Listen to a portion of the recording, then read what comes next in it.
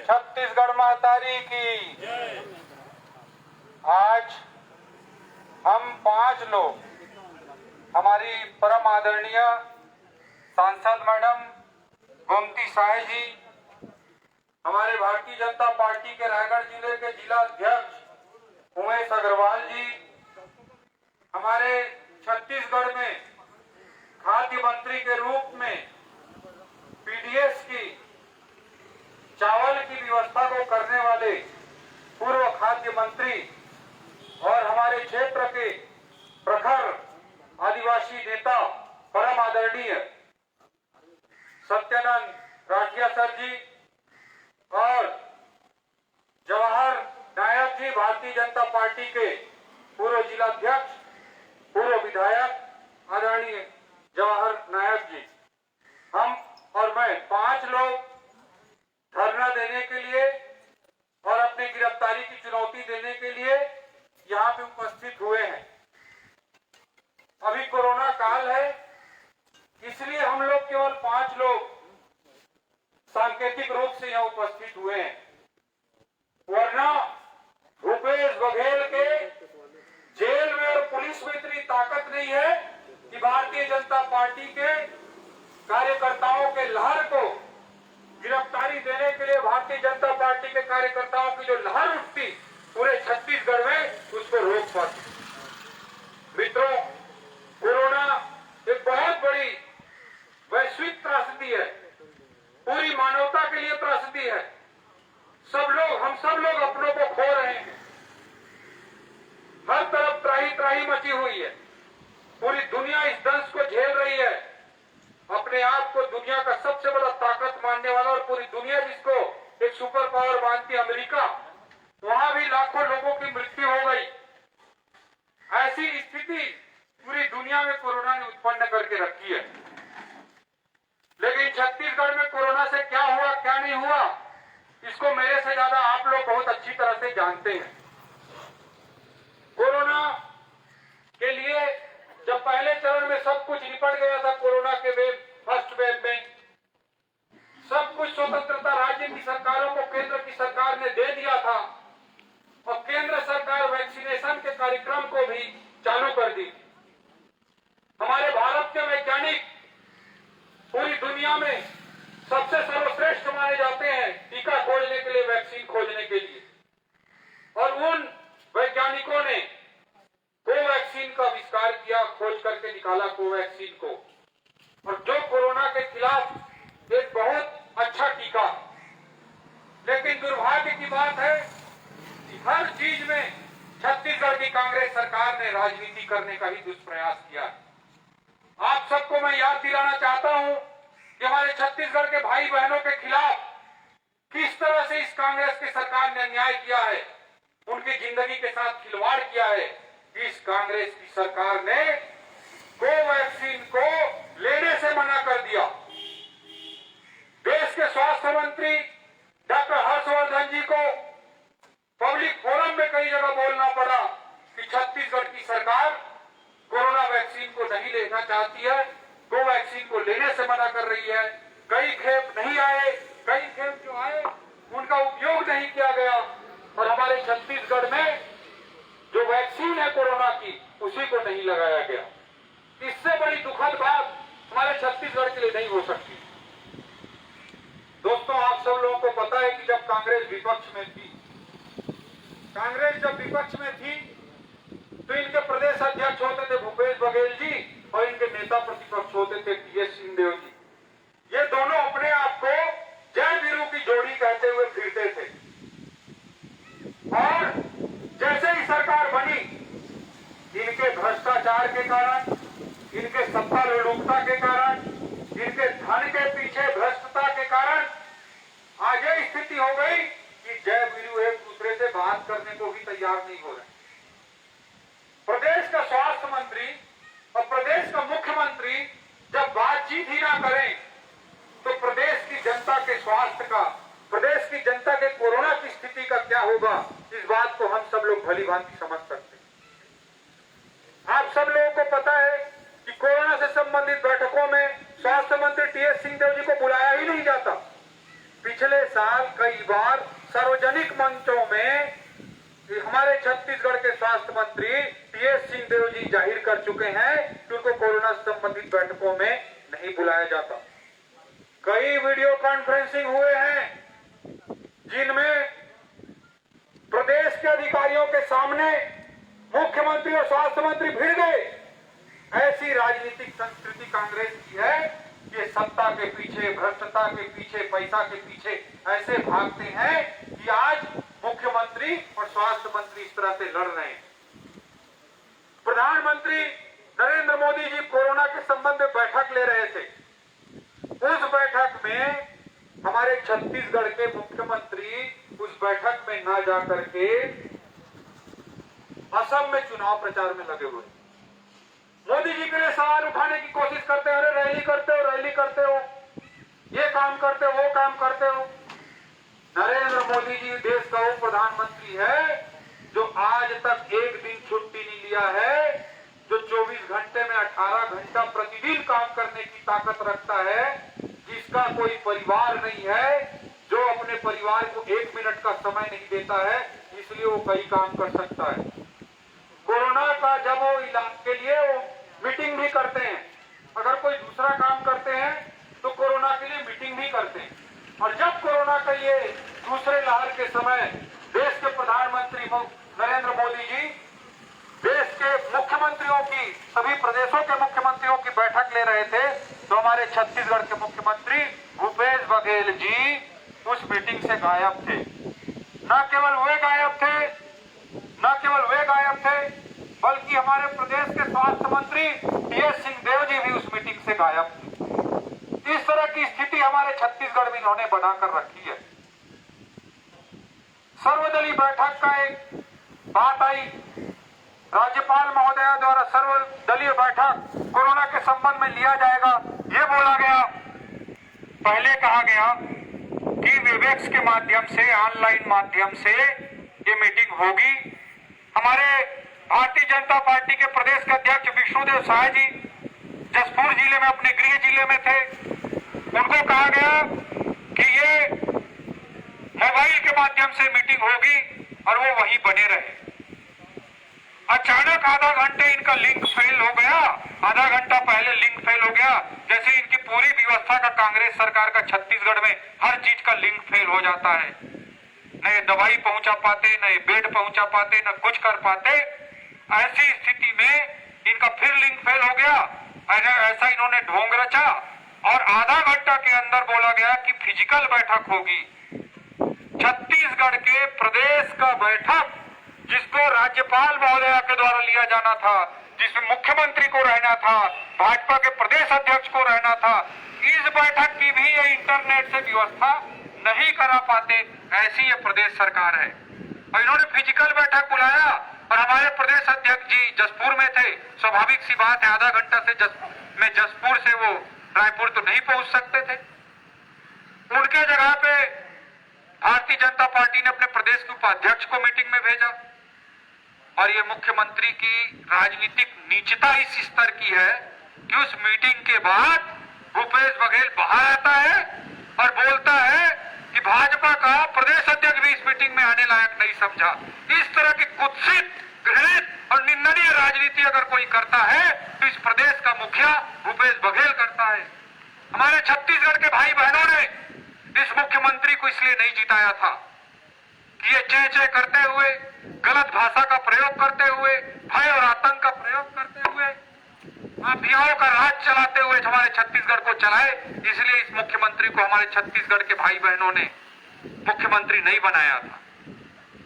हमारे छत्तीसगढ़ का जो भी मुख्यमंत्री हो, जो भी सरकार हो, जो भी मंत्री हो, जो भी सांसद हो, जो भी विधायक हो, हमारे छत्तीसगढ़ के हित में काम करे, ये बात की अपेक्षा हर छत्तीसगढ़िया भाई बहन करता है। लेकिन ये सत्ता पाते ही किस तरह की हरकतें कर रहा है, किस तरह की भाषा का प्रयोग करता है, किस तरह का अहंकार, घमंड इसके अंदर भरा हुआ है, इसको पूरे छत्तीसगढ़ के सभी भाई बहन बहुत अच्छी तरह से महसूस कर रहे हैं। ऐसी स्थिति पूरे छत्तीसगढ़ में इन्होंने बनाकर रखी है कि आज हमारे छत्तीसगढ़ के भाई बहनों को न रेमडेसिविर मिल पाता है, न रेवीफ्लो मिल पाता है, जो बेड है, प्राइवेट अस्पतालों में जो बिस्तर है, उनमें लाखों रुपए लेकर के ही मरीजों को दिया जा रहा है और हर जगह कालाबाजारी का आलम छत्तीसगढ़ की कांग्रेस सरकार ने बना दिया है। ये हम सब के लिए अत्यंत दुर्भाग्य की बात है कि ये पहले टीका नहीं लगवा रहे थे, हमारे छत्तीसगढ़ के भाई बहनों के लिए टीका लेने से मना कर रहे थे, और अब ये क्या कर रहे हैं, इनकी विधायक, कसडोल की विधायक शकुंतला साहू, नाम लेकर बोलना चाहता हूं, शकुंतला साहू अपने उम्र का समय आने के पहले जा करके टीका लगवा लेती है और सोशल मीडिया में उस फोटो को पोस्ट भी करती है। खुलेआम नियम का उल्लंघन करने का काम ये उस पार्टी की विधायक कर रही है जिस पार्टी की सरकार कोरोना के वैक्सीन को, कोवैक्सीन को लेने के लिए तैयार नहीं थी हमारे छत्तीसगढ़। इस तरह से सारे छत्तीसगढ़ में अराजकता का माहौल, भ्रष्टाचार का माहौल, अव्यवस्था का माहौल भूपेश बघेल की सरकार ने बनाकर रखा है, जो हम सब लोगों के लिए अत्यंत दुर्भाग्य की बात है।